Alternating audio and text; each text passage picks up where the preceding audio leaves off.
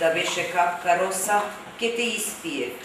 Да беше зрел плод од овошје, ке те изеде. Но ти си човекот на мојот живот. В срце те заклучувам, во градите носам, да би таму останал за секогаш. Ова се само дел од стиховите кои се најдоа во најновото поетско остварување на поетесата Трајанка Тодорова. Станува збор за трета збирка песни на авторката, насловена Прозорец во душата. Инспирацијата, вели таа, доаѓала од секојдневните случувања, од секој доживеан миг, кој детално е представен во збирката, во која таа верува дека ќе се пронајде секој читател. Насловот Прозорец во душата, значи дека кој ќе ги прочиташ песните, тогаш ќе можеш да ја видиш, да влезеш и во душата моја. Книгата е поделена на 4 циклуси: Скалила, Крстопат, Родно дрво и Очи во очи. Имам уште две и тие се сите поезија. Првата е за доцната Пролет, втората е Немир и спокој. Почнав да пишам откако отидов во пензија доцнат, затоа и самата книга се вика за доцната Пролет.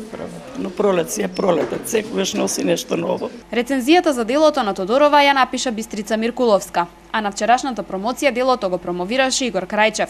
Во своето обраќање тој го потенцираше силниот жар со кој авторката го доловува секојдневието, случувањата и настаните. Ова дело, последното дело Прозорец во душата е своевиден врв на творечката кариера, можем словно да кажем, на нашата сограѓанка.